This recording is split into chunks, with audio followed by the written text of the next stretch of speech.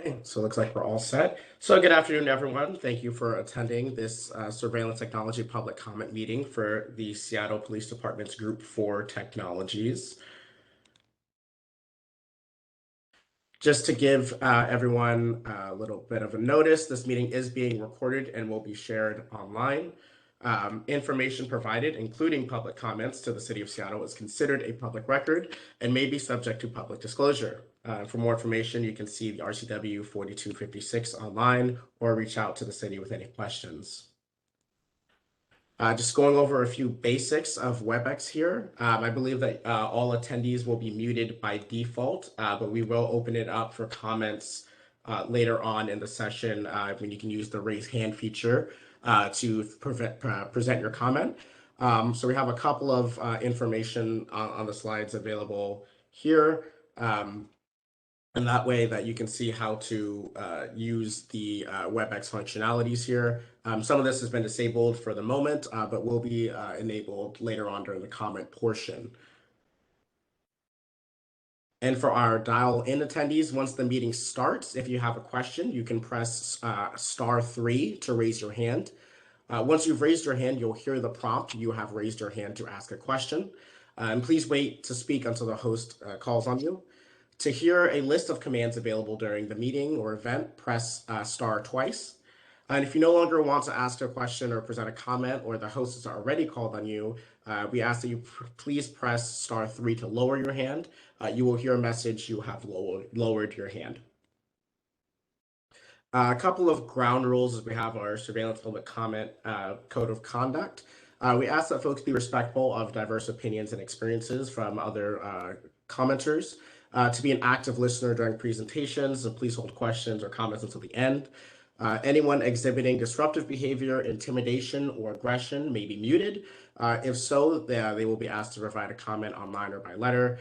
By extension, folks may be removed from the meeting as well if they continue to be disruptive. And we ask that folks please keep comments as brief as possible and related to the technologies in focus to allow everyone an opportunity to speak. So again, for folks who may not be aware, to set kind of the stage for us, the City of Seattle's definition of surveillance is on the screen. This comes from Seattle Municipal Code, Chapter 1418, which defines surveillance as technologies that observe or analyze the movements, behavior, or actions of identifiable individuals in a manner that is reasonably likely to raise concerns about civil liberties, freedom of speech or association, racial equity, or social justice. Certain technologies, such as police body cameras and technologies for everyday office use, are excluded from this law. So we have a couple of different ways to comment on these surveillance technologies. The easiest is to use the SurveyMonkey link on screen, and we will put that in the chat for you as well. Or you can go to seattle.gov/surveillance, and we will have a link to the online comments there. You also can mail a comment to the Surveillance and Privacy Program with the address on screen. I believe that address is also posted online in our Tech Talk blog postings. If you have any questions about other ways to get comments, you can send us an email to privacy@seattle.gov. I just want to remind folks at this time, we had one other public engagement meeting where there are a lot of questions that were posed to folks. So we want to make sure that we have time to answer those. So in this session, we're really looking on comment collection and folks to provide feedback on the technologies in this session or using the SurveyMonkey link. We will have a brief section where we will follow up from some of the questions that were posed at the last event. But a quick rundown of the technologies that are up for review in this session. We are looking at all Seattle Police Department technologies, and these include camera systems, tracking devices, remotely operated vehicles, Geotime, computer, cell phone, and mobile device extraction tools, and crash data retrieval. As I mentioned, after running through that presentation, you will have a little bit of follow-up on some of the questions posed from the previous event, and then provide a brief opportunity for public comment. And just as a note, if you have any additional comments related to the overall process or not related to these specific surveillance technologies, we ask that you utilize the following resources, either by contacting your council member. We have some resources to find that there, or to reach out to the department directly, which would, in this case, would be the Seattle Police Department. So with that, without further ado, I'm going to turn this over to Captain Jim Britt of the Seattle Police Department. Good afternoon. Thank you, Omari. I appreciate the opportunity to speak here today, and thank you everybody who is attending. I look forward to hopefully answering some questions that were left over from the first session and hearing some of your comments later this afternoon. If we can go ahead and get right into it, Omari, please go ahead. We always start with our mission. The mission of the Seattle Police Department is to prevent crime, enforce the law, and support quality public safety by delivering respectful, professional, and dependable police services. The compliance with the surveillance ordinance and our work with the privacy office at Seattle IT is part of our service to the public and making sure that we're accountable to you, the people that we serve. Go ahead to the next slide, please. We'll get right into the first technology here. The first is the camera systems. The technology we're speaking about here is a covert camera system that captures images and video of identifiable individuals, some of whom are unaware of the recording. Covert cameras can be concealed on a person or hidden in objects within a particular environment. These cameras capture images only. They do not record sound. Go ahead to the next slide, please. We use these technologies to obtain information during criminal investigations. They're disguised and used to record specific events related to an investigation. These cameras are placed, and we'll get into this to the safety features for the privacy issues in just a moment. But these are used covertly in an attempt to support ongoing investigations. And most of the time, the party that is being recorded does not know that they're being recorded. Go ahead to the next slide, please. The data collection. When reasonable suspicion of criminal activity exists, cameras may be placed to capture plain view events in areas where no reasonable expectation of privacy exists. When placed in areas where a reasonable expectation of privacy exists, use of the camera systems is pursuant to the Washington Privacy Act, Chapter 9.73 of the RCW, and are utilized only after obtaining appropriate consent and/or legal search warrant authority. Go ahead. The protections. All deployments of these devices are documented by TSU, which is the unit in SPD that supports our electronic usage, and subject to audit by the Office of the Inspector General and the Federal Monitor at any time. All information must be gathered and recorded in a manner that is consistent with SPD Policy 6.060, such that it does not reasonably infringe upon individual rights, liberties, and freedoms secured by the Constitution of the United States and of the state of Washington, including, among others, the freedom of speech, press, association, and assembly, liberty of conscience, the exercise of religion, and the right to petition the government for redress of grievances or violate an individual's right to privacy. For those following along online, I apologize for reading it as verbatim as possible. I want to make sure those that have called in know what we're talking about. Go ahead to the next slide, please, Omari. This is a list of related policies, which include the Washington Privacy Act, the Washington Public Records Act, the Washington Administrative Code, RCWs, the Code of Federal Regulations, and several SPD policies that all govern the use of technology, the controlling of evidence, and the standards and duties of the police department, including our bias-free policing policy. Go ahead, Omari. The second technology we're talking about today is the tracking devices. These are like GPS trackers. Geolocation trackers, cellular devices that SPD utilizes as a tool to locate and track the movements and locations of vehicles. These trackers are location tracking devices that report latitude and longitude, as well as other device information, such as high temperature alerts, device removal, power shutdown alerts, and battery level. Go ahead. We use these technologies. The primary benefit of these tracking systems is in the gathering of evidence used in the resolution of criminal investigations.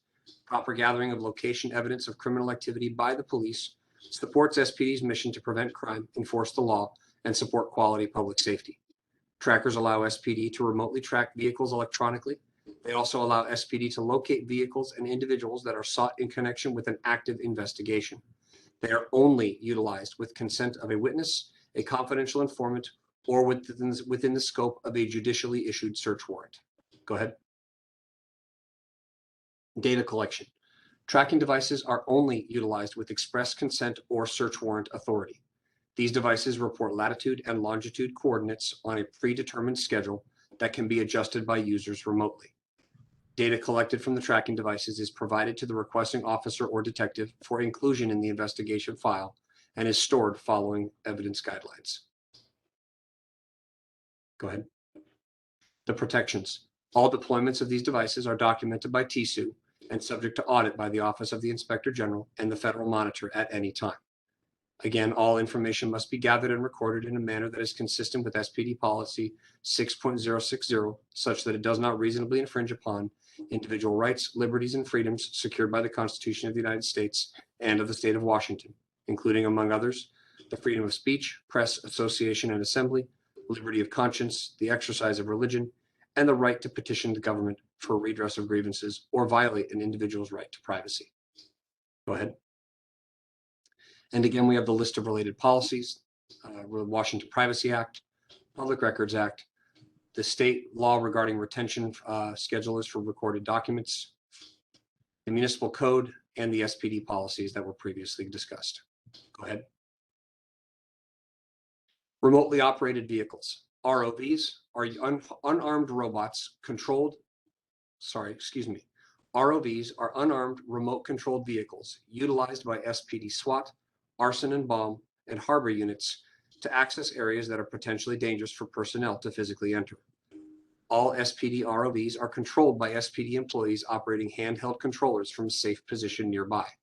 Some ROVs operated by SPD have a remotely controlled arm capable of performing simple tasks safely from a remote location. Go ahead. The use of ROVs allows tactical units to assess potentially dangerous situations from a safe position. By entering an environment with the additional information obtained using remote cameras or having rendered safe a suspicious package, SPD personnel and community members are safer. The harbor unit utilizes the ROVs to perform necessary underwater search and recovery functions that would not be possible with manned diving alone. Go ahead. Data collection. No images or data are stored or retained by ROVs used by the SWAT or arson and bomb units. The harbor unit ROVs store video and sonar imagery captured during each deployment of the unit. Only images directly related to the specific search and recovery are manually exported from the ROV's onboard hard drive if requested by SPD detectives for follow-up investigation. Go ahead. Protections. There is no legal standard or condition for the use of these ROVs in non-protected public areas, such as a hotel hallway or public waterway. However, if the use of the ROV is to occur inside a protected area, such as in a person's home or property, absent exigent circumstances or consent, a signed warrant is obtained from a judge. Go ahead. Related policies include the Washington Privacy Act, the Public Records Act, the Washington Administrative Code, the RCW, the CFRs, and associated SPD policies that were previously mentioned. Go ahead. Geotime. Geotime is geospatial analysis software that allows the visual analysis of events over time. Utilizing geodata such as latitude and longitude procured during criminal investigations, investigators use Geotime to create specialized 2- and 3-dimensional maps of call records and cell site locations. These maps allow investigators to see patterns in the existing data that might not be interpreted through other methods. Go ahead. Why do we use this technology? Visualizing criminal information provides investigators a more thorough understanding of complicated criminal investigations. Geotime reduces the time and effort required of investigators to analyze large amounts of data, which translates into a better and more efficient work product. Go ahead. Data collection. Geotime does not collect information or data. It is a tool used to aggregate and analyze data manually input by investigators and exports complex geospatial maps, which users save into locally stored investigation files. No information is saved inside the Geotime tool. Go ahead. Protections. Geotime is only used during the investigation of crimes by the Seattle Police Department investigations units. All use of Geotime must also comply with SPD Policy 12.050, Criminal Justice Information Systems, and may only be used for legitimate criminal investigative purposes. Use of geotime is governed by the City of Seattle's Intelligence Ordinance, 28 CFR Part 23, CJIS requirements, and any future applicable requirements. Go ahead. The related policies include the Privacy Act, the Public Records Act, the Administrative Code, the Revised Code of Washington, the CFRs, and all the listed policies that were previously mentioned. Go ahead. Computer, cell phone, and mobile device extraction tools. Computer, cell phone, and mobile device extraction tools are used to pull private information from the devices of individuals. The different extraction tools SPD utilizes for mobile devices work similarly to one another. A mobile device is physically connected to a computer workstation with a specialized locally installed software or to a standalone device with a similar software installed. The software is able to bypass, decipher, or disable the device's PIN and password and extract files containing data from the mobile device. Why do we use this technology? SPD utilizes electronic device extraction and imaging technologies to recover digital information or data from computers, cell phones, and mobile devices as part of a criminal investigation. These technologies are utilized only with the device owner's consent or pursuant to a search warrant. Extraction tools allow investigators to legally collect evidentiary information from ongoing investigations that may be used to prosecute crimes. These tools allow investigators to extract data quickly and securely from a wide variety of devices and preserve evidence from these devices in forensically sound conditions, which can then be presented in court. Go ahead. Data collection. Data extraction devices are utilized only after legal standards of consent or court-issued warrants have been met. Extraction tools for mobile devices, excluding computer imaging, collect information from electronic devices, including contact lists, call logs, short messaging service known as SMS, and multimedia messaging service known as MMS messages, and GPS locations. Computer imaging collects an entire image of a computer's hard drive at a specific point in time. Data collected from the extractions is provided to the requesting officer or detective for inclusion in the investigation's file and is stored following evidence guidelines. Go ahead. Protections. All device utilization is documented and subject to audit by the Office of the Inspector General and the Federal Monitor at any time. All information must be gathered and recorded in a manner that is consistent with SPD Policy 6.060, such that it does not reasonably infringe upon individual rights, liberties, and freedoms secured by the Constitution of the United States and the State of Washington, including, among others, the freedoms of speech, press, association, and assembly, liberty of conscience, the exercise of religion, and the right to petition government for redress of grievances or violate an individual's right to privacy. The related policies include the Washington Privacy Act, the Public Records Act, the Administrative Code, RCWs, the CFRs, and various SPD policies that were previously mentioned. Go ahead. Crash data retrieval. The crash data retrieval tools are an important technology used to aid investigators in the reconstruction of traffic collisions. Nearly all passenger vehicles sold in the U.S. since 2013 have an onboard event data recorder, which automatically records important technical information during a critical event, such as a collision. These EDR units only record information when certain events occur, such as when airbags deploy or when sensors detect a collision, and do not have interfaces which display the information. These tools allow investigators to download and view this information.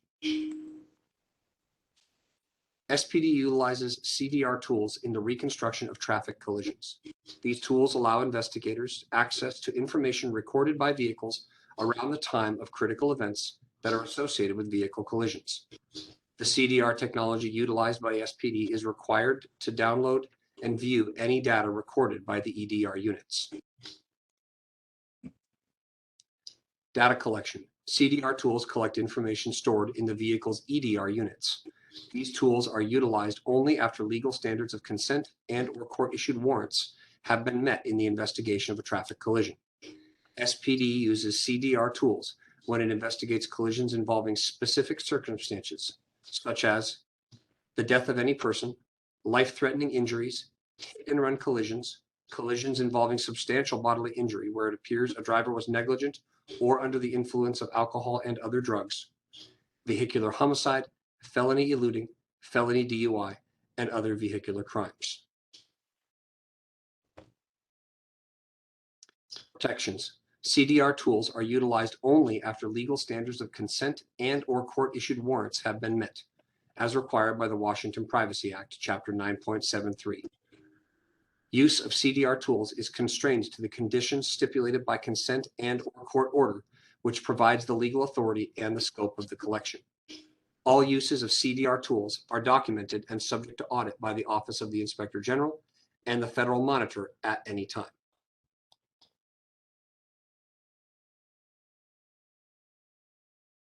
The related policies include the Washington Privacy Act, the Washington Public Records Act, the Washington Administrative Code, the RCW, the CFRs, and various SPD policies. Now, before we get into public comment, I wanted to go back and answer a couple of questions that were left from the previous one. So I'm hoping that the participants who were there at the first meeting are with us today and can listen to some of the questions that we have here.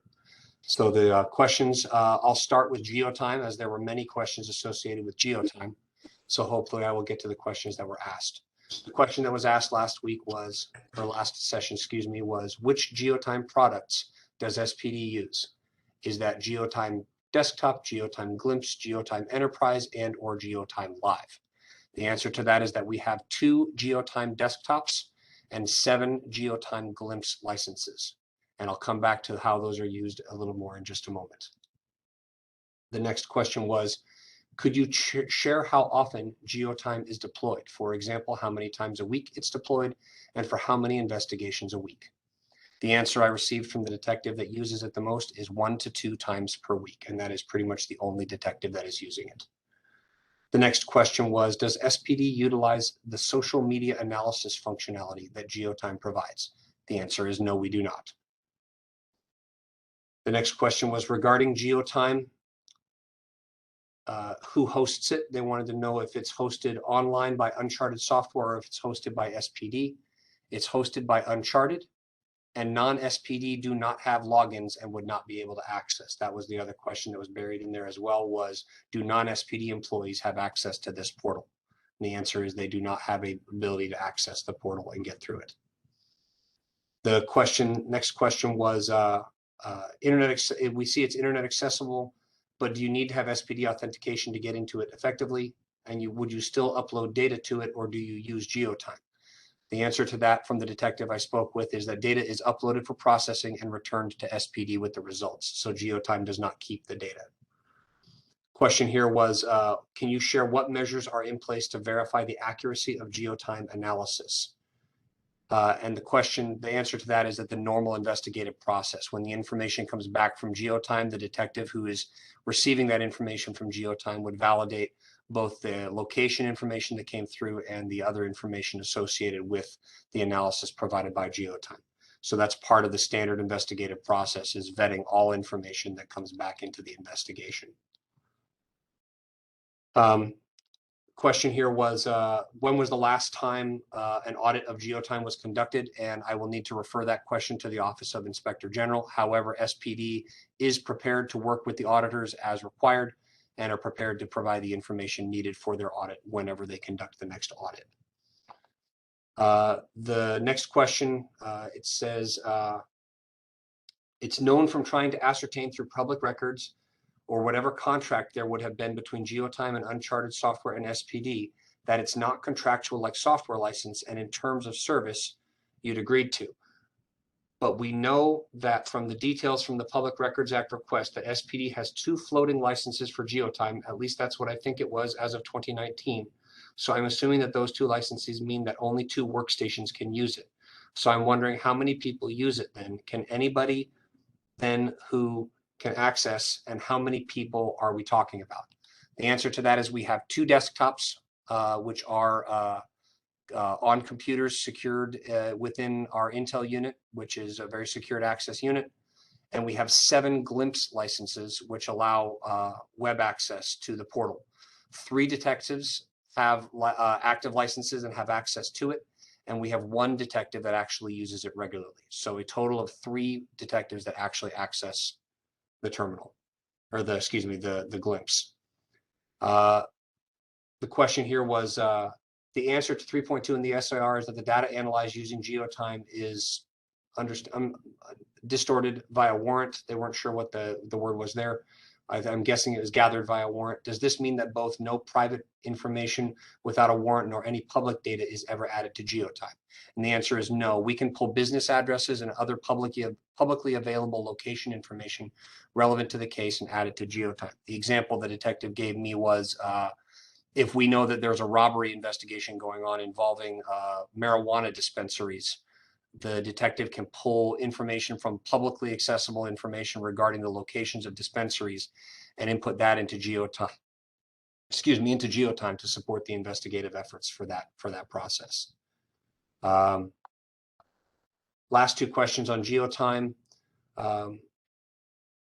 SIR states the public may express concern over the consolidation of so much information about individuals, but also that all of the data is put into Geotime is already available to investigators. Given the consolidation of the vast amounts of data, which are essentially locally stored investigation files, what safeguards or measures are in place to protect the data in those files?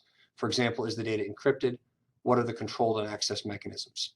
All of the information is stored in our source files, which includes our CAD and our RMS, and they're subject to the security standards that are required around CGIS and provided by Seattle IT to secure our networks.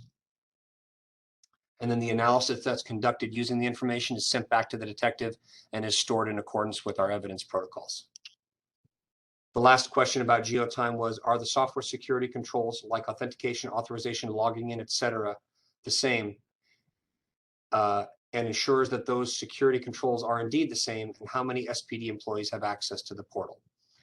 We talked about earlier that we have 2 desktop terminals housed in restricted access area, 7 glimpse licenses, 3 authorized detectives with active logins, each subject to authentication and access control like any other SPD system.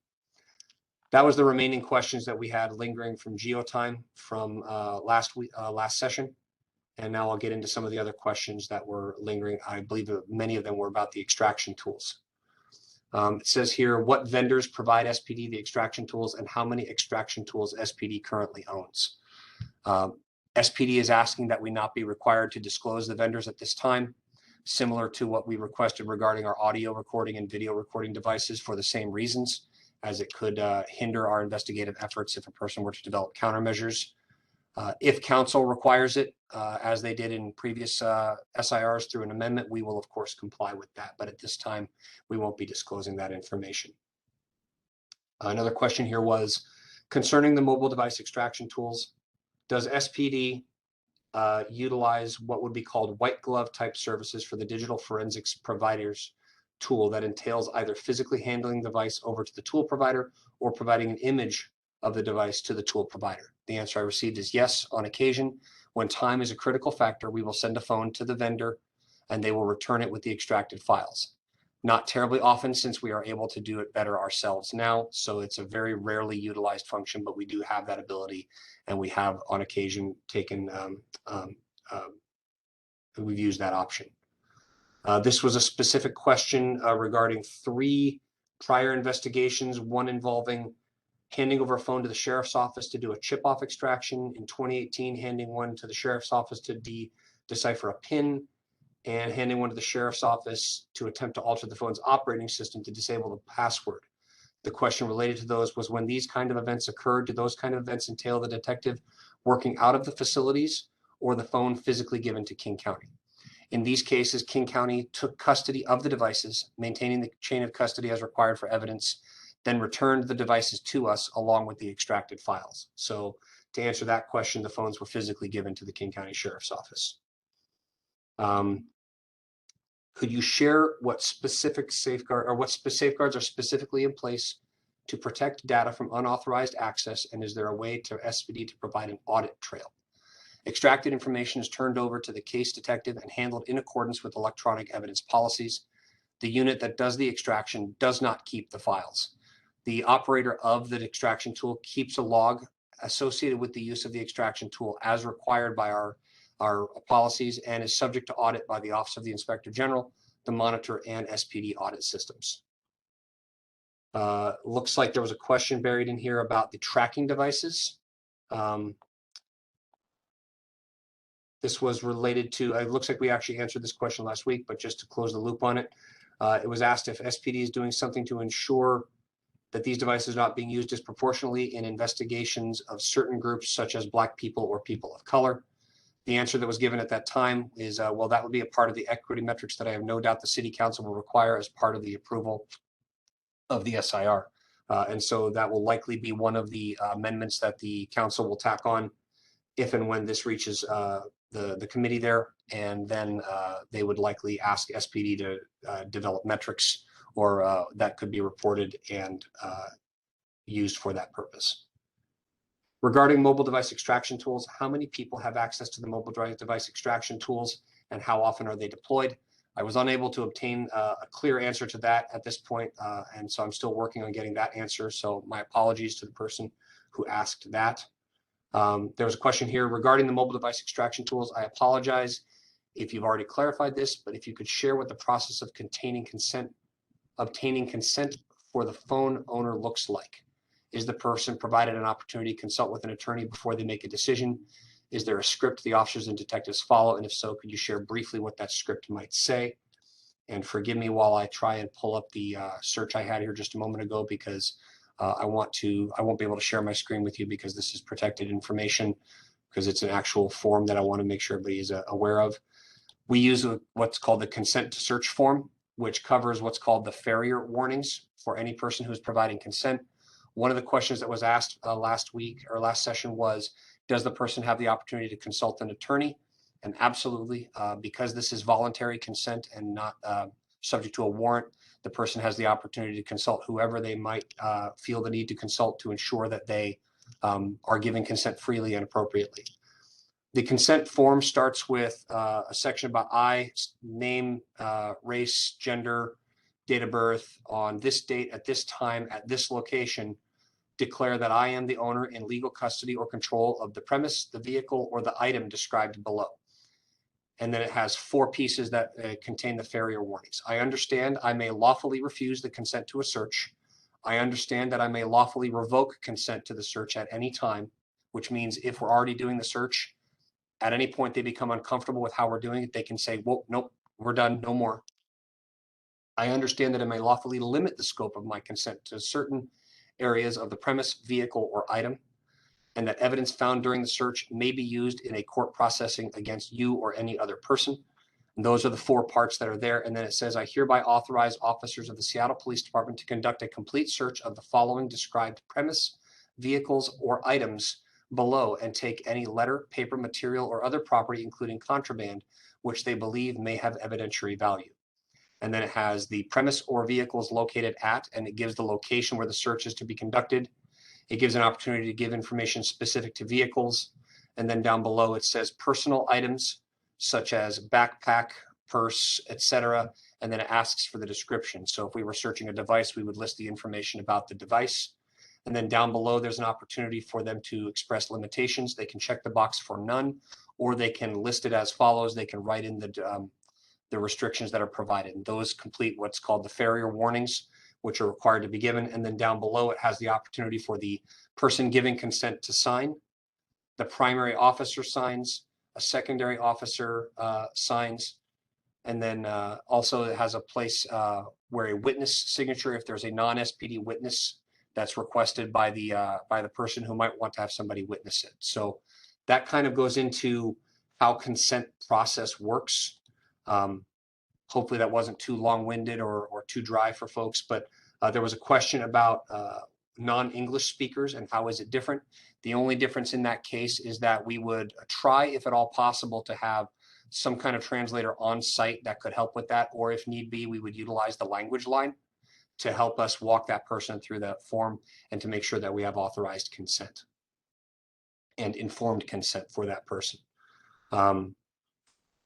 Mobile data forensics tool, what percentage of devices extracted through consent or warrant are primarily used by people under the age of 18? That answer is unavailable, unfortunately. If the data is extracted subject to the Public Records Act, and it would be subject to, depending on what information was pulled out and depending on the nature of the investigation, it would be subject to the standard laws of the Public Records Act. When was the last time an audit was conducted, and is that audit report public? Once again, I unfortunately need to refer you to the Office of the Inspector General. And once again, SPD is prepared to participate and provide all the information needed to the auditors that would conduct that. Omari, correct me if I'm wrong, but I believe that wraps up the questions that were left that needed follow-up from last session. I think that's the bulk of them.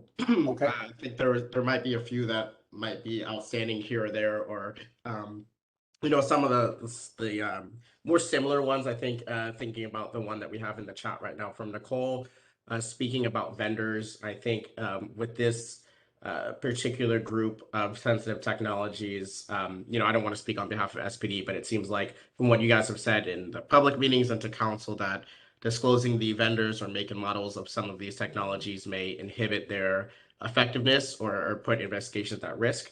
So I think for some of these questions that may be similar in that vein, those would have to be answered either by a public disclosure request or a council request. Is that right, Jim?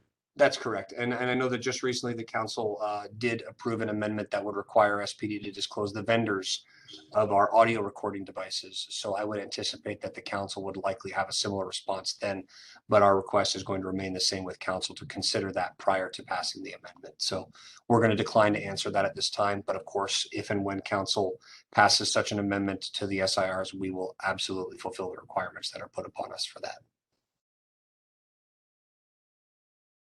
Other than that, I believe we are open for public comment at this point. So we welcome it.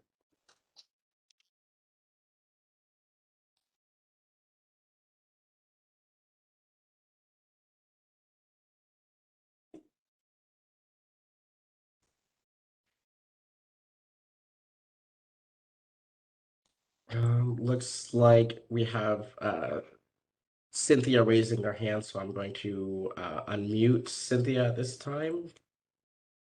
All right, Cynthia, you should be able to comment.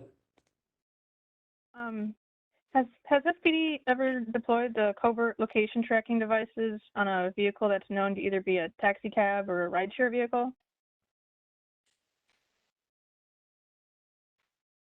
That is a very specific question, and unfortunately, I don't have that answer for you. And I just want to say, I should have started with this beforehand, with simply thank you for answering those questions from last time. I think a big part of what we've been seeking as a member of the public is this dialogue. So I very much appreciate that. Thank you. Well, thank you for asking them.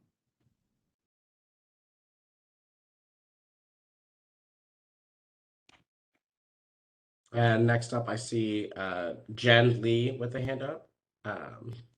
Jen, you should be unmuted now. Yeah, thank you for answering those follow-up questions. And this is regarding the ROBs. Could you share what constitutes an exigent circumstance that would justify the use of ROBs in a protected private area without a signed warrant from a judge? Well, I could come up with all kinds of scenarios in my head, but I think what you're really looking for is the definition of exigency, where we need to move quickly for life safety purposes, but that if we need to move appropriately for the safety of our officers involved. So without getting into specific scenarios in my head, any scenario where there's a life safety concern, but we want to proceed with caution to ensure that we can interact or interject appropriately and try and protect life. I want to give a friendly reminder. We're trying to focus the rest of this meeting on collecting public comments. We spent a lot of time on questions, in fact, an hour and a half almost last time on questions. So we're really trying to collect comments that we could include as part of the surveillance impact report that goes to council. So please keep that in mind. Thank you for that, Sarah. And I know there's a lot of folks on the call that may still have questions. And that's not to say we don't want to answer them, but we do want to use this time for public comment. With those questions, please make sure that you submit them in the online format, and we will do our best to get back to them again, just like we did this last time. But we do want to make sure we get comment information across here. Thank you. Jen, your hand is still up. Did you have any follow-up there? Oh, no, okay. Jen, I think your hand's down. Nicole, looks like you're up next. You should be on Yeah, mute. I just wanted to follow up. Can you hear me okay? Yep. Yeah, I just wanted to follow up on my second question. Sorry, I don't have a comment yet because I still have more of the cert to read, but are any of the camera, ROV, or the extraction tools is that data connected to a web accessible server? Since we don't know the vendors, it's hard for me to quite know if any of these are capable of being hacked in any sort of mechanism. ROVs don't record, and so they wouldn't be stored on a server. But as for the interface between the ROV and the controller, I'm not exactly certain. I imagine it would depend on the distance between the controller and the ROV, who is of course required to maintain direct control, and the nature of the connection between the two. Could be anything from radio wave to IR to Bluetooth to, like you mentioned, web-based. I don't have a specific answer for you on that. I'm sorry. And for the camera and the extraction tool? Extraction tool is a localized device, and the cameras record on site. And in the camera footage, is that stored on a web accessible server? The camera footage is stored in accordance with electronic evidence protocols. Thank you.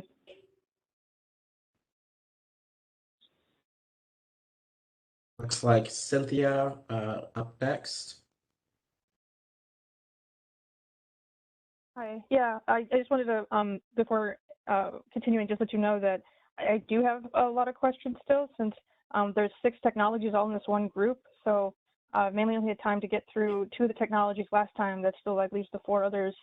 And it's hard for me to crack public comment when I don't know answers to the questions, because then some things I may have a concern are moot. Like it could be that, you know, Captain Britt answers a question and I don't have that concern anymore. It's not valid. So I still have lots of questions, I guess I should say, before I can actually give a public comment. So I guess I'll just say my question, my next one at least, are the covert location trackers that SPD has, one place in the SIR used, quote, vehicle trackers to refer to them. Are these location trackers only location trackers, or are there trackers too that a person would carry on their person, or even perhaps via a cell phone app? The trackers are specific devices that are attached to the vehicles. Okay, thank you. And I understand your frustration, Cynthia. I know there's a lot of technologies tucked into this group, but we wanted to make sure that we get time for comment and the questions. And so please don't hesitate to send in those questions. I know you have a lot of them. I know that you're very thorough, and I appreciate that from everybody that's on the call. Please send them in. I will do my best to answer them, and we'll work with the privacy group to make sure that they're in a place where you can access the answers. Yeah, and I put it in the chat a couple of times, just making sure everyone can see it. The best place to submit them is through the online comment form, the SurveyMonkey form, or you can email also directly privacy@seattle.gov. Those are options as well. So.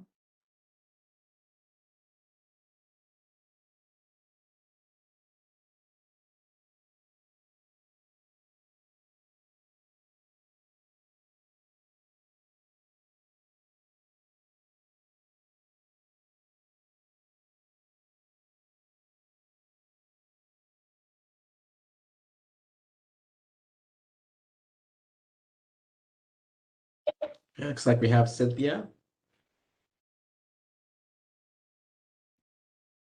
Is there any Oh, can Sorry? you get? Sorry, I think there was a unmute issue. You should be unmuted now.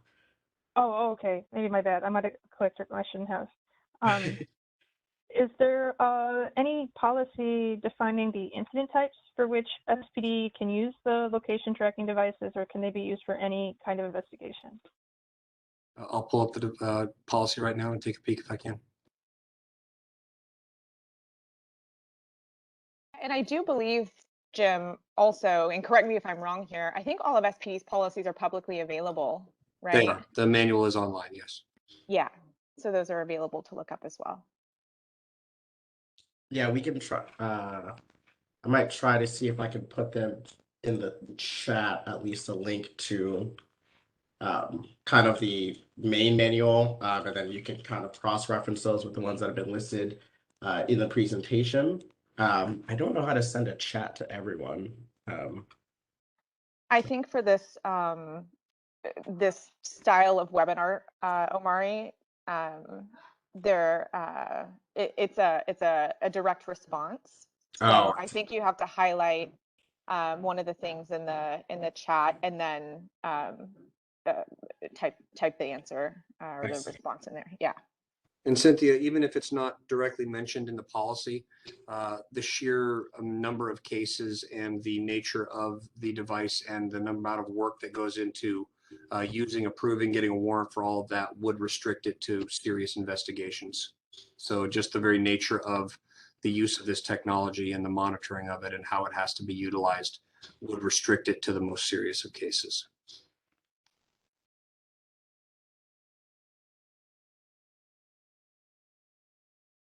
Yeah, it looks like we have Jen up next. Jen, you should be unmuted now. Hi, this is both, I guess, a comment, which leads to a question. So, of course, we're really concerned about the sharing of people's information generally, but especially with law enforcement or other agencies that are out of state, especially given the recent Supreme Court opinion, Roe v. Wade, where our state remains a safe haven for people to exercise their REPRO rights. It's anticipated that Washington will see an influx of people from neighboring states seeking abortion services here. So I'm concerned, I'm concerned about the sharing of data with agencies outside of Washington. And I was wondering if either for tracking devices, remotely operated vehicles, or geotime data, if any of that information is shared with other agencies, either within Washington or outside of Washington, and would love to get clarification about that. So the sharing of investigative files is specific to the case itself. It would only be shared if it was germane to a case that we were working on with another agency, or upon direct request from one agency to the other, as required for cooperative efforts for police activities. It's CJIS information, and with CJIS organizations, we work to support other law enforcement agencies when they are working criminal investigations, but it wouldn't be shared ad hoc. It would have to be related to an investigation that they are conducting of a violation of a law.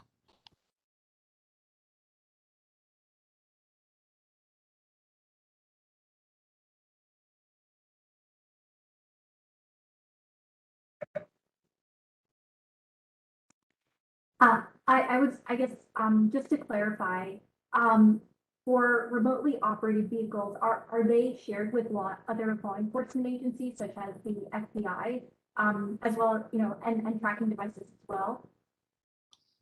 Well, your question about ROVs is somewhat odd because they don't record. And so the use of an ROV would be subject to an SPD case when SPD is part of or conducting an investigation. So that's when we would use our ROVs for our purposes of investigation. The FBI has their own stuff that they can do their own things like that. As for the tracking devices, the information is put from the tracking device. That information is put into the investigative file. If the investigative file is shared with another agency subject to ongoing investigations, then whatever is part of that investigative file would be shared along with it. Got it. And then you may have said this already, but for geotime data, is any of that data put into geotime, or any analyses that are created with geotime, are they shared? Again, it all comes back to the investigative file. I know you're asking about very specific technologies, but I'm trying to make it clear that if it goes into the investigative file is what you're asking about, whether or not it's shared. If things are in the investigative file and another agency is conducting an investigation that has an appropriate need for that file, and the department will determine whether or not they're going to share it with them based upon their need. So if whatever is in the investigative file is what we share with the other agency that's requesting, subject to approval. Okay, got it. Thank you. Looks like we have Cynthia up next. Okay. In the location tracking device, sir, in item 2.3, it said that the data captured by device is downloaded out of an online portal after the conclusion of the tracking schedule. Is the online portal hosted within the SPD network on premise, or is this hosted on the vendor's website like software as a service? I'm basically wondering if the data is ever flowing outside of the SPD network. That's a good question. I'll probably have to end up directing that to Seattle IT's network team for that, and I apologize for having to redirect that question.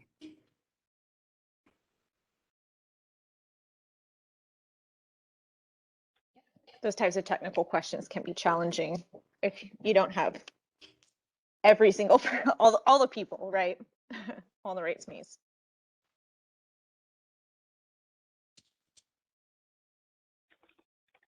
Let's see, do we have any comments? Anyone have a comment to provide? You can either put it into the Q&A or you can raise your hand.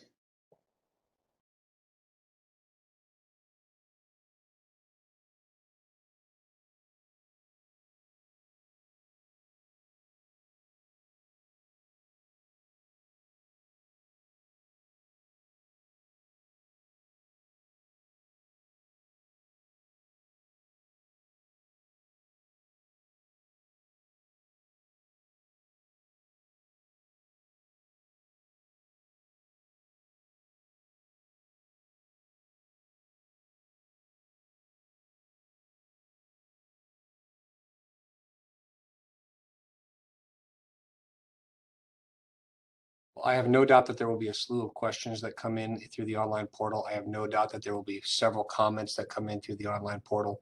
But if anybody does have any comments at this time, I certainly welcome hearing any concerns that might be out there. Please know that I really am trying to answer what questions I can. Hopefully we've demonstrated that with coming back from the previous meeting, and I do intend to try and answer any questions that come in as well.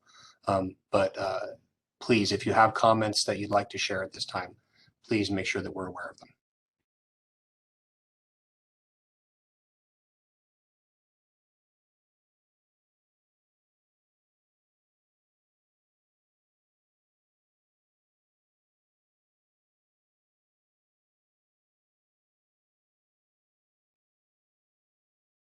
Just so I understand, do you mean that no more questions will be allowed to be asked during this session?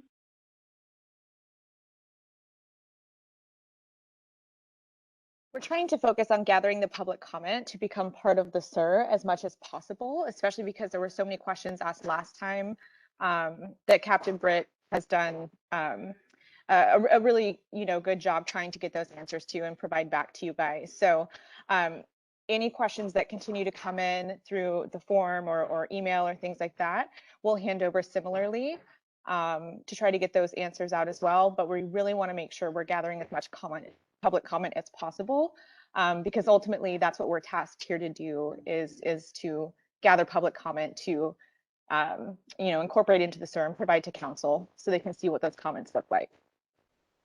And I would imagine that one of those comments that should probably be that in the future, we limit the numbers of technology in these forums so that there can be a more robust Q&A for each type of technology. Cynthia, I would recommend that you add that to your comment if you haven't already.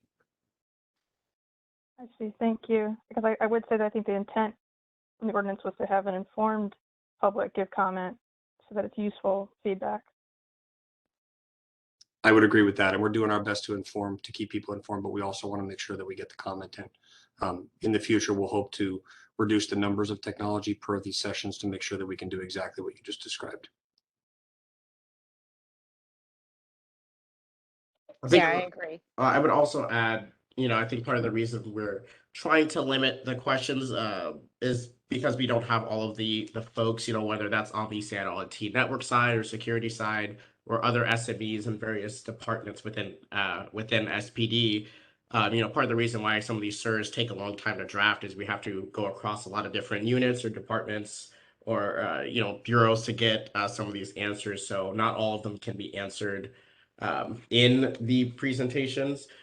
So that's also why, instead of just saying, we'll get back to you, we'll get back to you in every public comment meeting, if we get those kind of in online, then we can do that legwork of getting the questions in front of the right folks and making sure that we can get answers to those. Because we want to make sure that we are doing, getting the comments, because council does look at the comments that we include in all the SIRs, and that speaks to some of the concerns that people have about these technologies or unanswered questions. Council can then read those concerns or follow up with specific areas. I think, as Captain Britt has mentioned, specifically about the equity metrics or questions about use on specific groups. We've seen that council will heed those concerns and direct the department to follow up that way. So we want to make sure that your questions and comments are being heard, but we just want to make sure that we are also getting the balance of both of those. So and I think Jen is up next with her hand raised. I have a comment about the camera systems. I guess I'm concerned that there may be, I'm confused about where these camera systems are deployed, like which neighborhoods, and the distribution of fixed location cameras across these neighborhoods, because I'm concerned that they may be deployed disproportionately in neighborhoods of color, where there is disproportionate policing of individuals. So it's I guess it's a question, but it's also a concern about the camera systems generally, because we know that they are used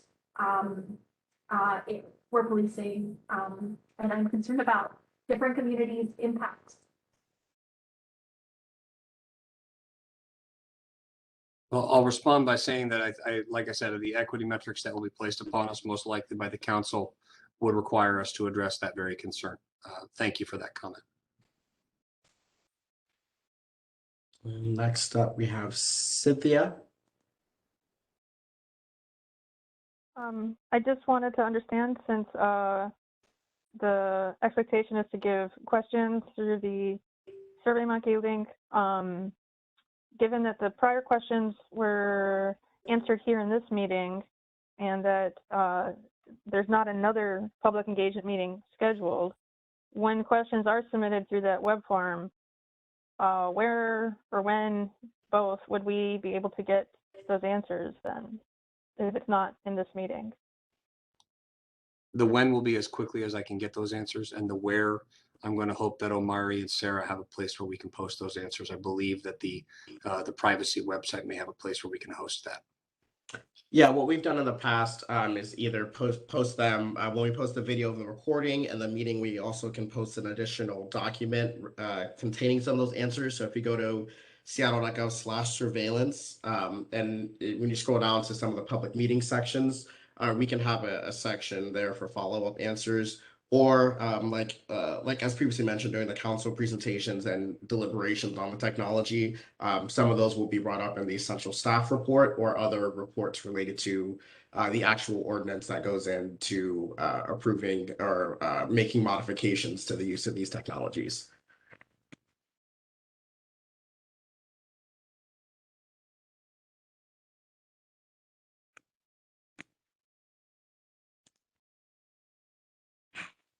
Just want to call out that we have a couple of minutes left here, folks.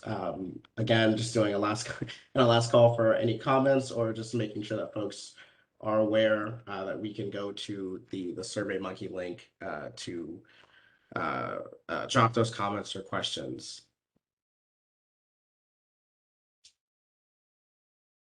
Yeah, and I know Captain Britt has to leave very shortly, but I also know that the meeting is scheduled until 4:30. So Omari and I can also hang on to collect any other comments that folks may have along the way, if necessary. And I will stay as long as I can. And I do offer my apologies, but childcare takes precedence when it must. And so, again, I apologize for early departure, but I will hang on the call as long as I can if there are comments that are awaiting me here.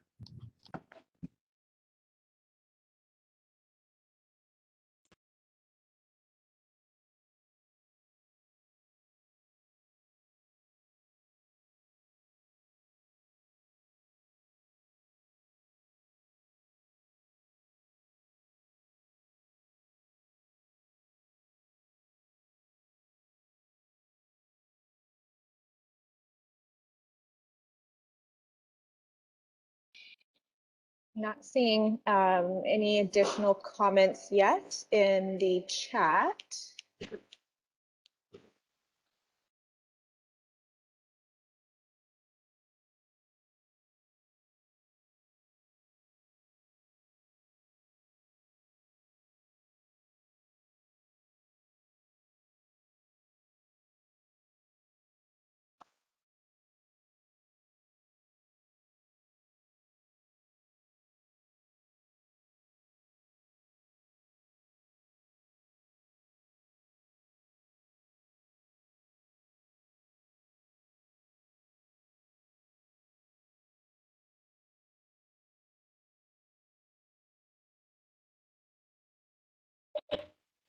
Well, I'll just kind of I'll bump us along here in the interest of time to not hold anyone up.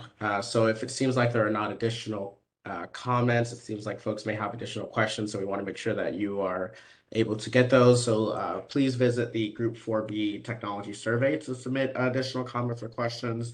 As previously mentioned, if you have additional questions, you can submit those to privacy@seattle.gov, and we can document those and try to get those over to SPD for follow-up. All comments collected, as well as questions, will be included in the SIR that is submitted to the Surveillance Advisory Working Group, who also does an assessment on these technologies and provides their comment, concerns, and feedback. And then that goes to the City Council for a full council vote on these technologies. You can also go to seattle.gov/tech and leave a comment on the Tech Talk blog posts that relate to these technologies or these public engagement events. So I'll just, I guess I'll close out here and say thank you all for attending. Thank you for your participation throughout all of these. Like we've mentioned, I know that may be frustrating at times, but we really do appreciate your continued participation in these because this is a really important process. And, you know, again, I want to reiterate that these questions and concerns do make their way to council, and they have come through in the form of council amendments, you know, directly from some of these public comment meetings. So we want to make sure that you guys understand that we are working to get answers to these questions and follow up and make this process as informative for the public and for City Council. So Sarah or Captain Britt, do you have any other closing comments? Just my thanks again to everybody who participated, those who participated in the first session and in the second session here. My thank you for your patience and my apologies. I know this starts to feel a little bit like the same old brush off, and I don't want it to feel that way. I want to be very clear that I don't want it to feel that way. If questions are submitted, they'll send them over to us and we will do our best to answer them, just like we did coming back into this meeting. So please send in your questions and I will do my absolute best to make sure we get those answered in a timely fashion. Thank you for participating in this. I think it's critical that the police department and the council know what the public is saying and what their concerns are. I consider it a personal mission of mine to reassure the public that our use of technology does account for the privacy concerns that we all have, and that we want to make sure that we are doing our job appropriately while at the same time protecting the freedoms and the privacies that we all enjoy. And we don't want to do anything to harm that. So thank you for helping us use technology in a safe and appropriate way. I really do appreciate it. All right, folks, and with that, that'll conclude our second public engagement meeting. This presentation and meeting will be posted online at seattle.gov/surveillance. We will try to get that done before the close of the public comment period, as well as trying to get those follow-up questions and answers posted. Again, there's a sub-tab under meetings. We will work to get another link added for some of these follow-up questions. And just as a reminder, we are extending the public comment period, I believe, till the end of June 2nd. We had a request from the working group for additional time for questions and comments. So we want to be responsive to that and make sure that you guys have that information. And we will post that online as soon as we can. So thank you. Stay tuned to seattle.gov/surveillance for any updates. Have a great afternoon.